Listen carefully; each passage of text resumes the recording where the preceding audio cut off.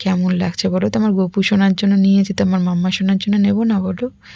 সুপ্রভাত, good morning প্রত্যেককে, যে যেখান থেকে এই ব্লগটি দেখছো। আর সকালবেলা ঘুম থেকে উঠে এই যে ফ্লেভারটি, দারুণ ফ্লেভারের এই যে লাল চা বানিয়ে খাচ্ছি। আর আমার মাম্মা সোনাটাকেও একটু আদর করে দিলাম। তারপরে চলে গেলাম আমার ফুল বাগানের দিকে, আর কি সেখানে অনেক কচু পাতা হয়েছে।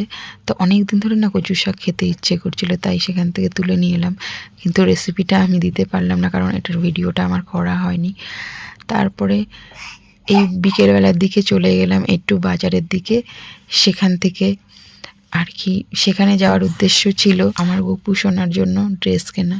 আর রেল লাইনের এইখানে রেল গেটে এসে দেখি প্রচুর জাম।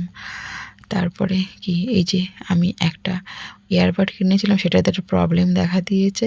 তো দুজনে চলে গেলাম সেই ফোনের দোকানে।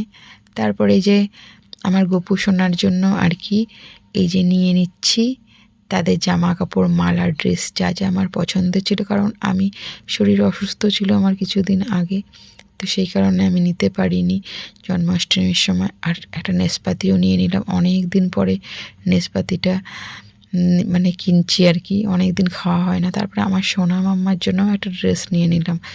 তো দেখো কেমন লাগছে বলো তো? আমার গপু সোনার জন্য নিয়েছি, তো আমার মাম্মা সোনার জন্য নেব না বলো?